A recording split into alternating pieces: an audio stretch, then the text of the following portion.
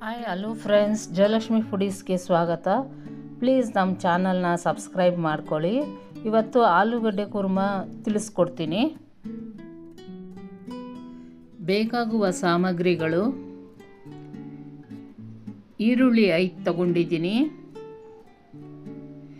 2 tomato ತಗೊಂಡಿದ್ದೀನಿ, 1 cup ಬಟಾಣಿ ತಗೊಂಡಿದ್ದೀನಿ, ಅರ್ಧ ಸ್ಪೂನ್ ಧನಿಯಾ ಪುಡಿ ತಗೊಂಡಿದ್ದೀನಿ, 1 ಸ್ಪೂನ್ ಸಾಂಬಾರು ಪೌಡ್ರ್ ತೊಗೊಂಡಿದ್ದೀನಿ, ಕೊತ್ತಂಬರಿ ಸ್ವಲ್ಪ ತೊಗೊಂಡಿದ್ದೀನಿ,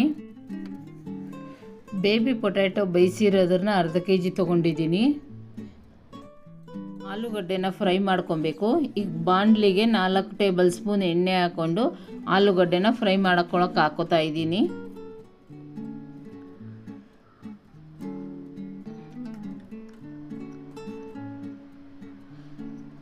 ಬಾಡಿಸ್ಕೊತಾ ಇದ್ದೀನಿ.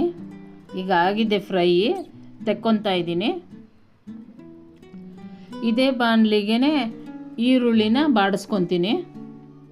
ಅದು ಸ್ವಲ್ಪ ಕೆಂಪಗಾಗಬೇಕು. ಟೊಮೊಟೊ ಹಾಕ್ಕೋತಾ ಇದ್ದೀನಿ.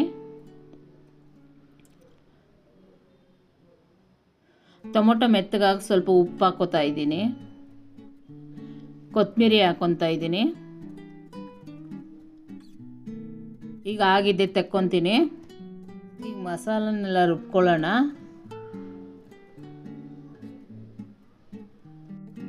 ರುಬ್ಬಿರೋದಾಗಿದೆ. ರುಬ್ಬಿರೋ ಮಸಾಲಾನ ಬಾಣಲಿಗೆ ಹಾಕ್ಕೋತಾ ಇದ್ದೀನಿ. ಇದಕ್ಕೇನು ಒಗ್ಗರಣೆ ಮಾಡಲ್ಲ. ಸ್ವಲ್ಪ ಗಟ್ಟಿಗೆ ಬೇಕಂದರೆ ಜಾಸ್ತಿ ನೀರು ಹಾಕೋಬಾರ್ದು, ಸ್ವಲ್ಪ ತೆಳ್ಳಗೆ ಬೇಕಂದರೆ ನೀರು ಜಾಸ್ತಿ ಹಾಕೋಬೋದು.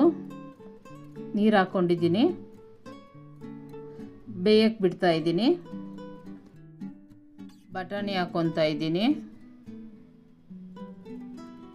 ಈಗ ತಟ್ಟೆ ಮುಚ್ಚಿ ಬೇಯಕ್ಕೆ ಬಿಡೋಣ. ಫ್ರೈ ಮಾಡಿರೋ ಆಲೂಗಡ್ಡೆ ಹಾಕ್ಕೊತಾ ಇದ್ದೀನಿ.